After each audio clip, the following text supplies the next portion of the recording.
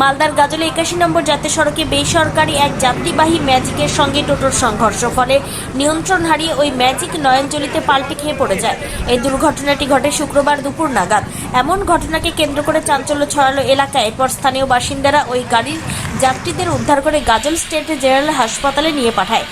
আশঙ্কাজনক যাত্রীদের medical college হাসপাতালে পাঠানো হয় বলে খবর। যারা স্বাভাবিক আহত হয়েছেন তাদেরকে গাজল জেনারেল স্টেট হাসপাতালে কর্তব্যরত চিকিৎসক চিকিৎসা করে ছেড়ে দেন।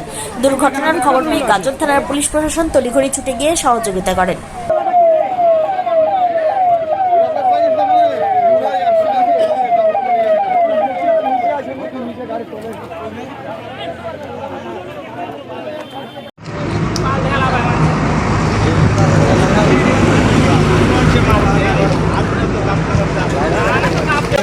টোটো আর ম্যাজিকের সঙ্গে মুখোমুখি সংঘর্ষ হয়।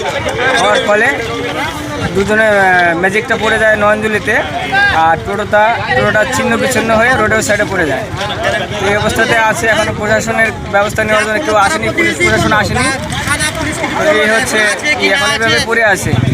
আর লোকের ক্ষতবিহত বলতে আমরা আসার আগে দেখে গেছি, লোকজন মানে হসপিটাল নিয়ে গেছে, আমরা দেখতে পারিনি।